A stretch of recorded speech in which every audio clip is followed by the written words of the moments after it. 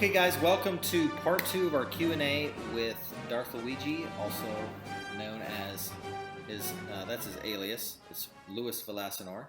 How you doing, Louis? Hi, Jeremy. How are you? Good. So we've done part 1, and we're on to part 2 now. For those of you who don't know, Louis is the founder of Keto Gains, and it's all about keto and bodybuilding or lifting or strength. It really encompasses a lot of things, but Louis has been doing keto for over 14 years, so he has a wealth of knowledge. So we've collected a lot of questions on Facebook, Instagram, Photocracy, just about every social media outlet, and we're answering your questions today. So, Okay. How you doing, Louis? Everything good? Everything's fine. Thank you. Awesome. All right, well, since we've already done part 1, we're just going to kind of jump right into it. Stay tuned at the end. We're going to talk a little bit more about Keto Gains, what's going on with these shirts that we're wearing, and some other exciting things coming up with Keto Gains.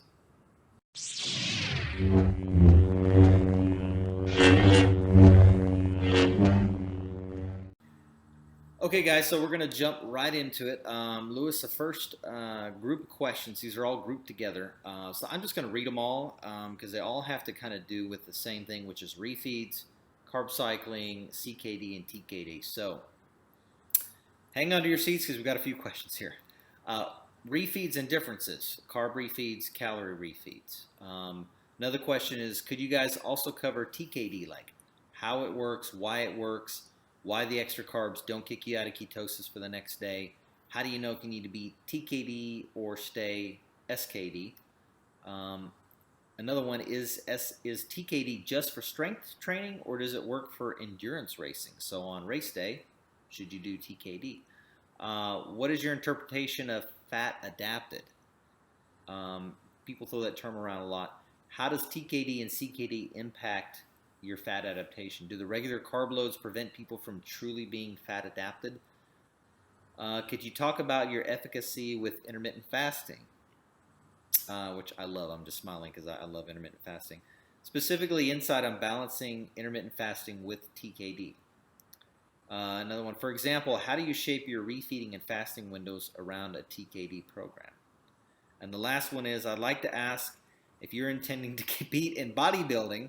Oh, I thought they were asking if you're competing in bodybuilding, which I've asked Louis that too. I'd like to ask if you're intending to compete in bodybuilding, is the protocol leading up to getting stage ready different to a standard calorie deficit diet with a carb load a few days out to help dry you out? Loaded questions, man. Okay. Let's start with the easy one, a calorie refeed. A caloric refeed is used when you stop the dieting and go back to your previous level of calories. I normally suggest that for every 4 or 5 weeks of dieting, you do maybe a short diet break, which is not necessarily stopping keto, more so like eating at your previous caloric deficit or at your calculated TDEE for a while or for a weekend. It's like relax and drop a little bit, relax with your diet. So that is actually a caloric refeed. As for a carb refeed, there are various types of carb refeeds. The most widely known is CKD, which is a cyclical ketogenic diet, and it has various variations. One of the most known also is carb night, and all of these usually mean breaking ketosis for 1 or 2 days, where you carb load and eat lots of carbs. And I suggest that people who want to do these types of diet research properly before trying the diet, because it's not just eating carbs and eating everything you want. It's not a cheat. You have to actually go very low in fat. So this leaves lots of foods out of the questions. You should not be eating ice cream. You should not be eating donuts. You should not be eating pizza or lots of food. More so like starches, potatoes, rice, fruit. So it's not as easy or as appealable as some people may think. You can cheat in a way, but you're not gonna get very good results if you do the diet like that. So, in regards of the other questions, is what is TKD? TKD is short for a targeted ketogenic diet.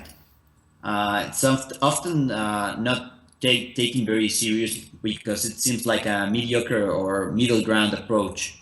So people often prefer to go to the best diet, which they think it's going to be CKD because it's often related to muscle building. There are not very much long-term studies or short-term studies on TKD, but from my experience, if you really want to get the full benefits of the ketogenic diet, probably TKD is the best one to go because you can be in ketosis in the same day, and you also get all the full-blown benefits of ketosis. For example, what is TKD? TKD just means ingesting a little bit of carbs before a workout. And these carbs have to be high glycemic and easily digestible, so they get in your body fast.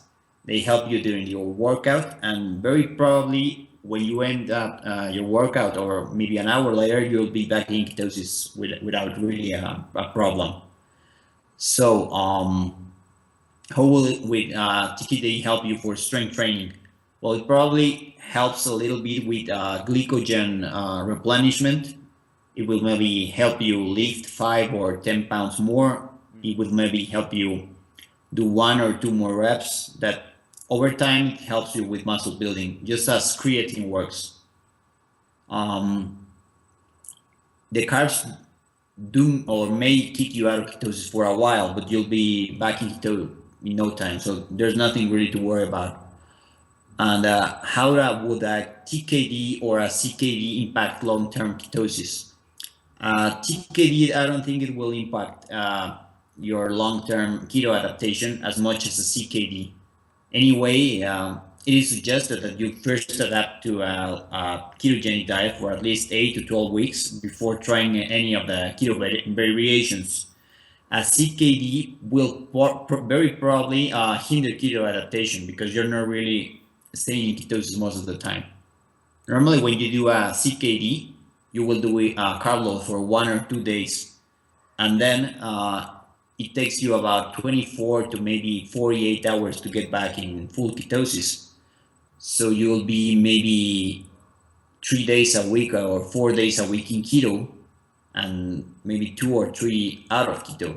So it really you're changing between energy sources, and not being in ketosis all the time will of course hinder keto adaptation.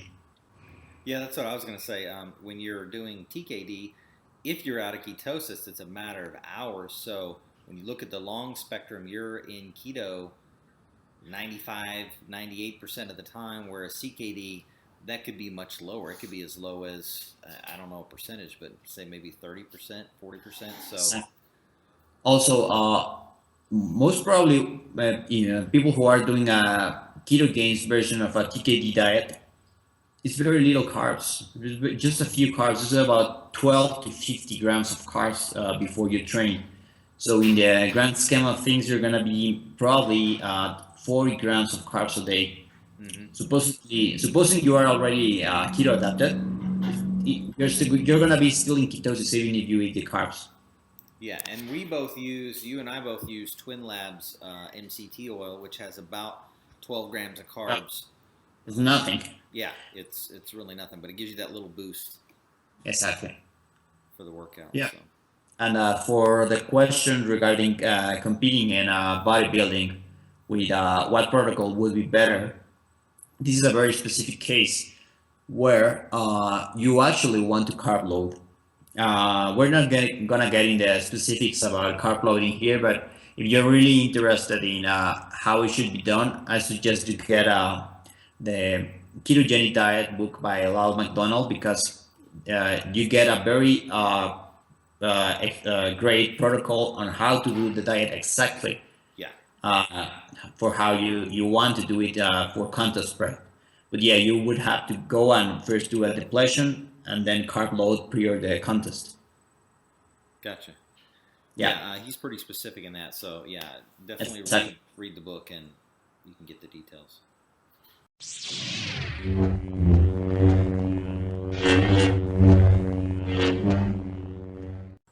Okay, our next section is all about fat loss and recomp.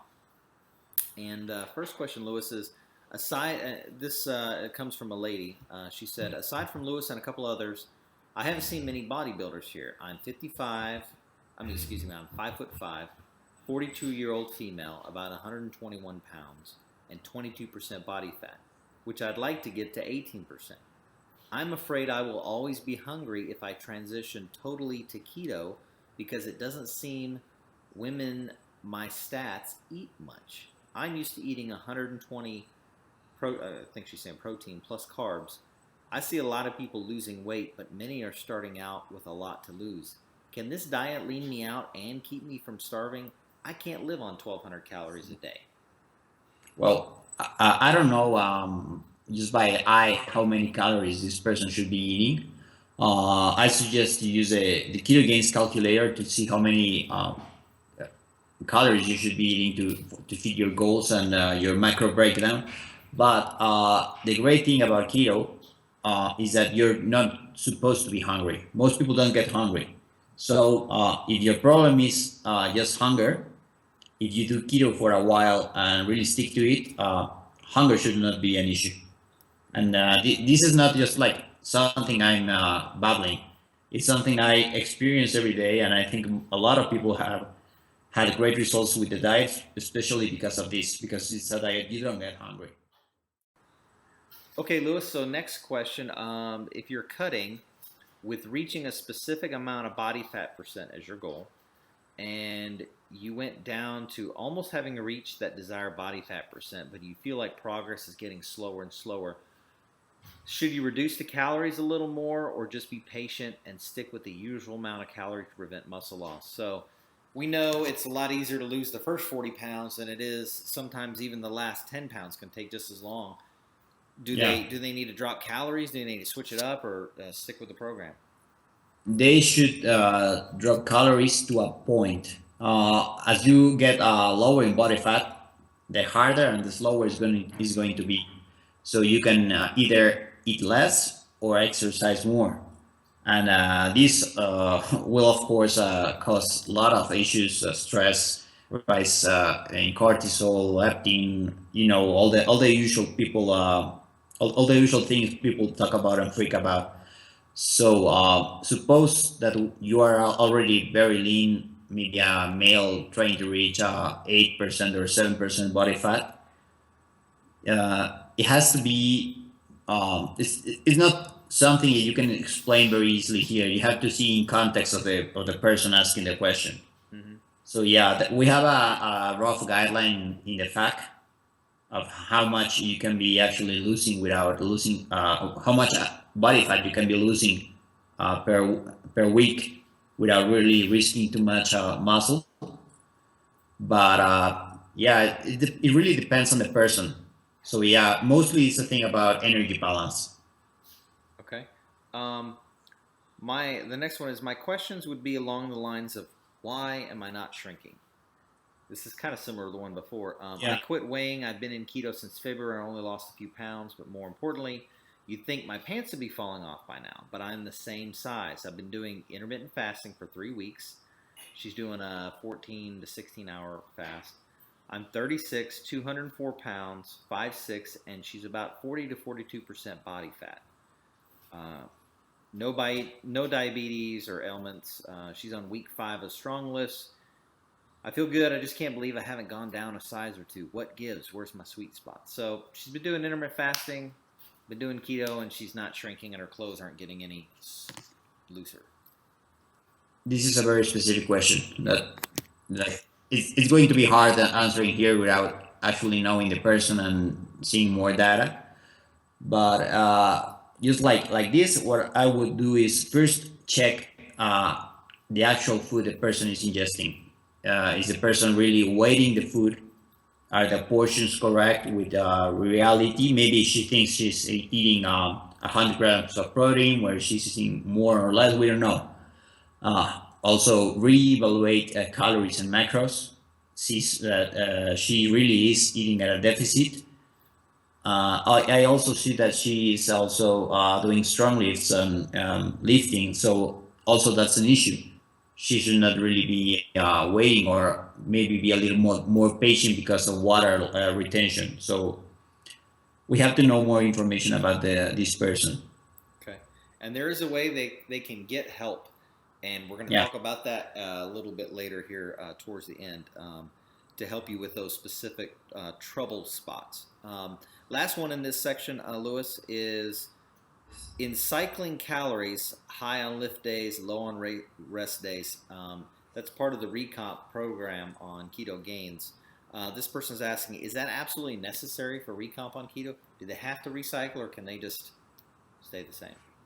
Well, depends on the goals, but yeah, you will have to, or it's preferably to eat a little bit more on training days. Why? Because you have to get nutrients to your body, mainly protein and the fat, so you get the energy. So yeah. Okay.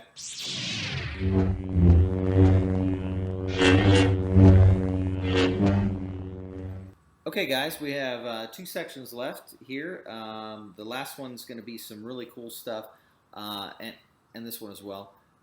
This one, Lewis, is all about keto and exercise and building muscle, that's what Keto Gains is all about. Yeah. What would be, okay, this is good. What would be a typical post-workout ketogenic meal? Well, mainly would be a traditional ketogenic meal, really. Just have some protein, have some veggies, and have some fat. Mm-hmm. Now, if you really want to take it like in context, well, have some protein. If you want to have some whey shake, 15 to 25 grams more than enough. And I know Lyle McDonald's book says to wait 2 hours after working out before ingesting a lot of fat, right? Yeah, that is a theory. Alan Aragon has said that it really does not matter. There are people who really don't care about it and just eat. I suggest it as a safe measure. Like, it won't hurt you. So if your main goal for now is fat loss, well, if you can wait an hour or two after training, well, wait for it. Doesn't matter. You won't really. It won't hinder you or affect you negatively. Gotcha. So, like, my advice would be, after training, maybe have some branched chain amino acids or have some protein. It doesn't matter if it's from whey shake or if it's a solid protein, I don't know, a chicken breast or whatever. And then wait 1 or 2 hours before eating a normal ketogenic meal with high fat and low carb. Okay, next question is, I lost 15 pounds in a month with keto, but now I want to bulk up a little. What supplements do you suggest, and how much protein should I start taking to gain lean muscle? Obviously, the protein is person specific, so but how can we apply this to the general populace? Just use 1 gram per 1 gram of protein per lean pound you weigh. That's the easiest question. And the other part was, what supplements do you suggest for bulking? Well, just the only like suggested supplement, or the real supplement that has a very well-known effect on building muscle, will be creatine. Okay. So, yeah, that's the only one. What kind of time frame would a gain of 10 pounds of muscle and a loss of 8% body fat take? I don't have a gym to work out in, just dumbbells, old bar, and a few plates. I've been lifting 3 to 4 times a week and doing HIIT 2 times a week. I am willing to take the time and do the work. I just need a realistic, doable time frame for my head to wrap around. I don't want to set myself up for failure with unrealistic expectations. And can this happen with my home equipment? Well, also a very specific question. This will very much depend on the person. 10 pounds of muscle, okay. The most, the most you could theoretically gain in a month is 2 pounds. Supposedly that first you were young, at your genetic potential, lifting heavy with a perfect program, eating perfectly, and being a male. If you are a female, probably a little bit less than half of that. So 10 pounds would be probably in about, I don't know, uh, maybe 7, 8 months. Mm-hmm. And that's supposing that the person is doing everything perfect. Yeah, And also losing body fat at the same time, very hard. it is. I'm thinking the only thing I can think of as an example of my recomp, which Lewis helped intervene on about 3 weeks into it. I was doing a challenge with a friend, but in mine, keep in mind I'm 5'6". I started this around 180 pounds at about 21.5% body fat, and in 12 weeks I got down to about 16.5. So that's 5% body fat. I lost 9 pounds of fat and gained 3 pounds of muscle for a net loss of 6 pounds. So, in 12 weeks, I gained 3 pounds of muscle. So, it's not super quick when you're not focused on one or the other. When you're doing the recomp, it's slower, but it's very rewarding because you're seeing that muscle come on, seeing that fat go. Yeah. So sometimes it's just better to stick to one goal toward over the other. So my usual advice is if you are a male and over, I don't know, 15% body fat, focus on dropping body fat first while keeping on strength training. You're gonna be building muscle in a way, but you're gonna see better results when you drop your weight because visually you're gonna look better. So everyone looks great below 15% body fat. Yes, very true. So again, for her, it's very specific, but hopefully that kind of gives you an idea Yeah. what to expect. Okay, so next question. How about exercise on a zero carb diet, as in an all meat diet with some eggs, hard cheeses, and butter? Can you gain muscle mass? Will you get exhausted faster than in a normal diet without carb ups or a high carb diet? I ask because whenever I do cardio, I get dizzy regardless of what diet I'd be on. Also, specific question.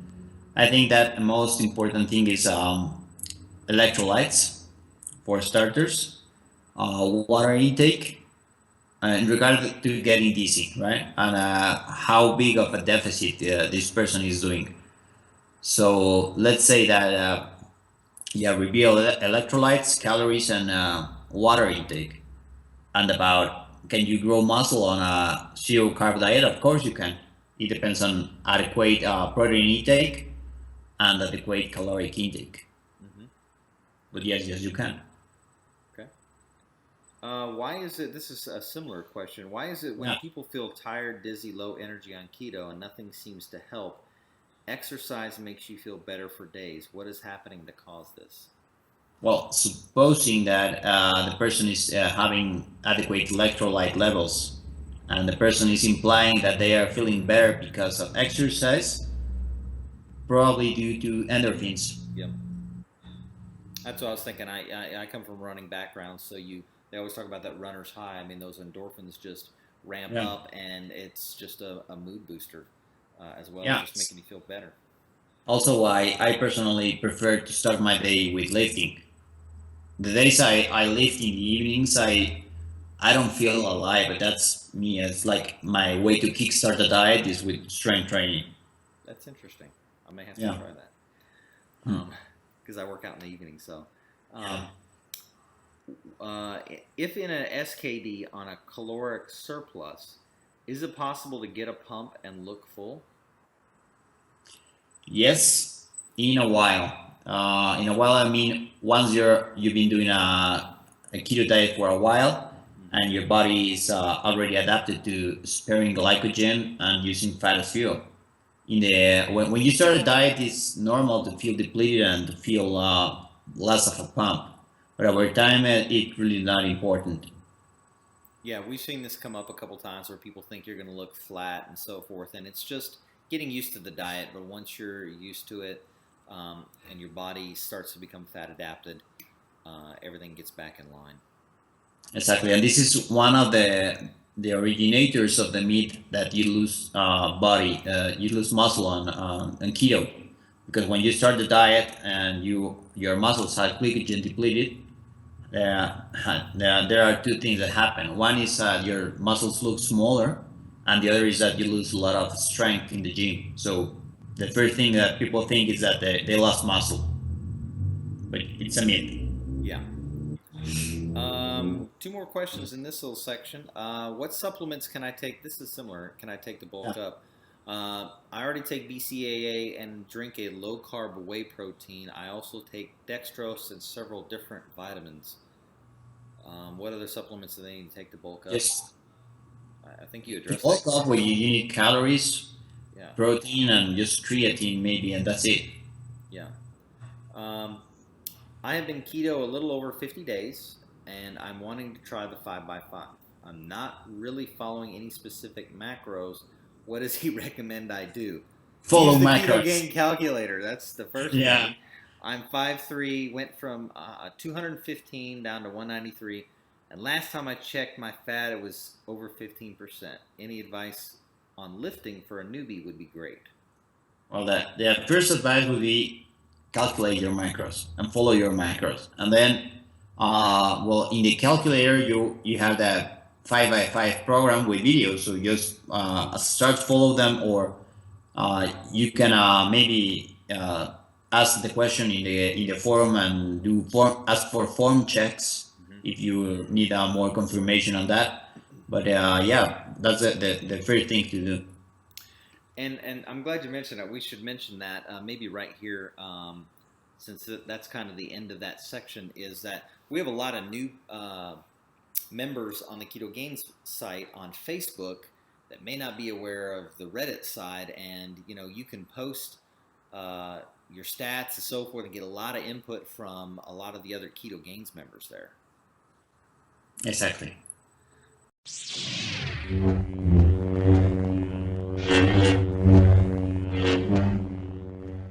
Okay, so now we got some random questions for you, Louis. Are you keto all the time, or do you switch up and have a carb up? I'm keto most of the time. Most of the time, let's say like maybe 99% of the time. Really, this is like a lifestyle for me. But for example, when the occasion calls it, I may break a little bit the diet. For example, yesterday I went to a party and I had some licor de 43. I don't know if you're familiar with that. It's a very sugary drink made with vanilla and so spices. Very popular in Spain and Mexico, and you drink it with hot coffee. So yeah, I had one yesterday, and it should be about, I don't know, 20 grams of carbs. Nothing happens. Like on very special occasions, I may break a little the diet, or maybe have a little more alcohol than I should, or maybe have a cake. But it's not something that I do every weekend, or not something that I do every Thursday. I say that for special occasions, and then get just back on track. Yeah, I'm the same way. My sister got married a couple months ago, and I'm not gonna not have a piece of my sister's wedding cake, which could be highly offensive. The point of this diet isn't to be the social outcast, but I diet similar to you. I diet year round, and that's why we do that. So when we do want to, we can participate in certain things, and then get right back on it. So Exactly. next random question. What could we do together to overcome the overconsumption of carbohydrates and its effect on insulin intolerance in the population? Like, how can we affect the world is kind of like, I think, what he's asking. I think that by doing what we're doing right now in Keto Gains and everywhere else is educate people, get the word out, but don't be a silo. Don't be like keto is the only way and keto is the best diet. No, more like try to educate people on the real benefits of doing a ketogenic diet, and the health benefits of eating this way and eating unprocessed food. Also, try to make people think by themselves. Like I've talked to you this in the past, but people think, for example, that fruits are super healthy. Fruits are not bad, but they are not as healthy as they told us they are. most people say, oh yeah, fruits are super healthy because they have all the nutrients and vitamins you need. And when you really do your homework and see how many vitamins or the amount of calories an actual fruit has, you see that if you compare it to a green vegetable, you're not really missing anything if you have veggies. And you can do this exercise with almost any food you have, and you will see, and you will educate yourself, and you can get the word out. This is the easiest way you can help. Yeah, I had a conversation just 2 nights ago in the gym. I met a bodybuilder. No offense, Lewis, he's even bigger than you are. And we started talking about keto, and his very first question was, "Can I eat fruit?" And I had explained to him that not all foods are created equal, and if you're looking to keep that insulin low, it still has sugar. Ultimately. Yeah. So. But to reconcile this with someone who wants to eat fruit, yeah, see fruit as a dessert, not as a necessity. Yes. So we can get back in regards to, well, you want fruit, treat it as a cheat meal that you will have eventually, but not something that's you are going to be eating every day. And also, if you really want to eat fruit and you can't afford to not eat fruit, maybe this diet is not for you, right? Yeah. Not that you can't eat fruit, but probably not on the ketogenic diet. Yes, if you want to do keto and want to harness all the long-term health benefit of keto, well, yeah, that's you cannot be eating fruit every day. Yeah. Yeah. Blueberries, I think, are okay. They're a little bit. Mostly berries in moderation, which means staying below your 25 to 30 grams of carbs a day. Yeah, you can probably fit them in. For example, you cannot feed a banana a day because a whole banana is about 15 to 20 grams of carbs, and you are better off using those carbs with lots of green veggies. Okay. Yeah. Last one before we get into some stuff more about keto gains and some other things that are going on out there. This one's kind of a loaded question, so I guess we save that for the end. Talk to me about keto and thyroid hormones. I've seen this question at least 3 or 4 times on Keto Gains the last week or so. Yeah, this is a very big and deep question. If people are really more interested, we can throw on some links to actual studies and blogs and resources where you can learn more about this. But I'm just gonna say two things about thyroid and hormones. One is usually people do keto because they want to lose weight, and they already come from doing a highly restrictive diet or highly low calorie diet. Uh, it's not really keto that don't place your hormones. Most that you're eating a very low calorie diet. Eating a low calorie diet may don't regulate your hormones for a start. That is one thing. The second thing is that when you're on keto, your body may become more responsive to hormones because keto does change a little bit your cell structures and how it functions. Yes, it can maybe lower your T3 levels, but not in a negative way. It's more that you don't need to use or you don't need a very high T levels, so they are naturally being downregulated. I have an example of how to explain to people, and people seem to understand it very well. Imagine you have your car and it runs on gas, and then you decide to change it to electric energy, and you do so, and it's rolling very well and efficiently. But then you are worried because you don't have your car does not have gas emissions anymore. It does not mean that your car is wrong. It just means that you change the energy, and your car is going to function a little bit different. You don't have to be checking all the same things. They're not going to be working exactly the same. So if you're not having any negative symptoms, there's nothing really to worry about. But if people really are concerned about it, we can throw in some links later on so they can read all about it. Okay. Yeah, so Yeah. if you've got more questions about thyroid, guys, go either onto the Reddit site and you can post there. You can also post on the On Facebook Facebook. page. on Keto Gains. Yeah, you'll get we can link articles and lots of research for you. I'll throw you the link so you can link them here in the video. Okay, great, perfect. Yeah.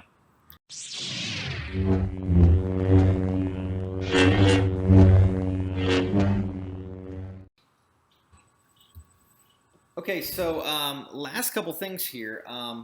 Lewis has been running and moderating the Keto Gains site, and I just wanted to say how much of an impact Keto Gains has made on my journey, and it's really helped me really hone in on my goals. But could you just tell everybody a little bit about what are your goals with Keto Gains over the next, couple of years? Where do you see Keto Gains going? Well, I would love Keto Gains to be a place where people can get information and educate themselves in regards to a low carb lifestyle, and how can they harness their potential towards health, muscle building, athletic performance with the use of ketosis. More like sharing all the information on all this knowledge I've gathered, and everyone's been gathering and learning over the years. So it will be great to build a community when we can all share this information and benefit and reach each other. So I see Keto Gains as this platform where we can all share this information. Yeah, and Keto Gains, guys, for real, there's a lot of science talk in there. Sometimes it's too much for my brain. So if you really want to be educated on the science behind Keto Gains is definitely it's not bro science. You're going to get just bombarded with links to studies and research that's going on. And we respond to research that's still going on. We have people posting now on, new research and presentations they're giving at certain conferences with just new data that's coming out. And Keto Gains is very responsive to that. Exactly. Also, we got Keto Gains shirts now. And yes, so if you want to represent our lifestyle, this is a great way by getting these shirts. I've got another one back here if you guys can see it, the orange and black one. That's one of my favorites. And just a disclaimer, Lewis isn't pushing this product on people. We've bugged Lewis for the product. I've still been bugging him for some hoodies and some other things. So we've kind of come to him for it. So if you see us kind of promoting these on Facebook, it's just because we love what we're doing. Exactly. Okay, guys, last thing I want to let you know is that Lewis has been doing some coaching, and he's available. Not a lot of you may be aware of that, so I wanted to be sure you knew about that. So, Lewis, I was wondering if you could tell us, since this would obviously be remotely, and I think you have clients kind of around the world, how does that work? What does it look like coaching with you? What do you help people with? Kind of what does it look like? Yes. Well, if you want to contact me, you can do it via Facebook. No issues. All coaching is done remotely. And what I usually do is try to know the goals of my clients. I have a lot of different clients with different objectives. Some want to prepare for a contest. Some just want to lean out. Some just want to be a little bit more healthy. So don't think that Keto Gains is just about becoming a bodybuilder. It's more so about obtaining a better you. You don't have to train or lift weights if you don't want. So it's more, I work with you to get the results you want with what you have available. If you cannot go to a gym, don't worry about it. If you are afraid of lifting heavy, it is my job to make you lift heavy, but in a way that is achievable for you. So don't be afraid. I can make it work for you with what you may have in hand. I'm very open. Also, if you don't want to do keto, I'm also available for coaching with a traditional diet. So it's a very laid back approach, and it's not just about me telling you what to do. I'm also like a psychological coach, because dieting is not just about eating this and not eating that. It's mostly about what is easy for you, what your troubles are, Dieting is much more a mental issue sometimes than just eating and not eating. Yeah, and Um, I think last time you had mentioned it, last time we were just briefly talking about it, that it's more of a learning experience. And yeah, we joke around about the Sith Acolyte program under Darth Luiggi, but there's a lot of truth to it. It really is kind of like an apprenticeship, a learning experience. Speaking from actually it experience, is. Yeah, it is, and some people may be a little bit more knowledgeable than others, and they may have a little bit more experience. But I coach people with all types of experience. If you're really a new in regards to nutrition, I will teach you everything about nutrition in a very short way. But you will learn enough to be able to do any diet by yourself. My objective is that you end up not needing me or maybe a book later on, so you can go everywhere and follow the diet accordingly. yeah, and Yeah, guys, I it's more can like tell you, an apprenticeship. yeah, and guys, I can tell you from just personal experience. I've been coaching with Lewis the last couple months. And I came to Lewis. Obviously, I'm familiar with keto, but we all need somebody that can look at us from the outside, from that bird's eye view, and give us input. And going from 20% to 10% is a little different than going from 40% down to 20. So. Lewis has been helping me with that. We're making great progress, and he's very accessible. I've never had a time where I couldn't reach out to him. The more you bug him, the more you're going to learn. Um, Exactly. so it's a very interactive process. And that's exactly as you said. That's the idea. The more you ask me questions, and the more you put me to work, and the more you're gonna get back. Yeah, So it's not like just I just won't give you your macros and be done with it. I'll be checking with you at least once a week, if not more. But I'm open every time and every hour, and you can ask me all the questions you want. Send me pictures, send me videos of the training, as you want a form check in training, or even if you don't know the macros of a food, I can help you. You just send me a picture and tell me what you're going to be eating, or maybe just call me and tell me to yell at you so you don't need that food. But yeah, I can do that. yeah, and I've done all those. I've sent Lewis, progress updates. I've sent him videos on my squats to look at my form. All those things. So, like I said, Lewis is super available, and I personally just wanted to make sure you guys all knew that because I've had a great experience with that. Well, Lewis, thank you for Yeah. taking your time to answer the questions here for the Keto Gains members. Those of you guys, don't forget, follow Lewis on Instagram at Darth Luiggi. You can follow me at Fat Adapted Athlete, and you can see both of us on the Keto Gains site, and that's where we'll be. Till next time, Flexing. keep it keto, my Yeah. friends. Bye bye, Jeremy. Thanks for having me. See you, Lewis.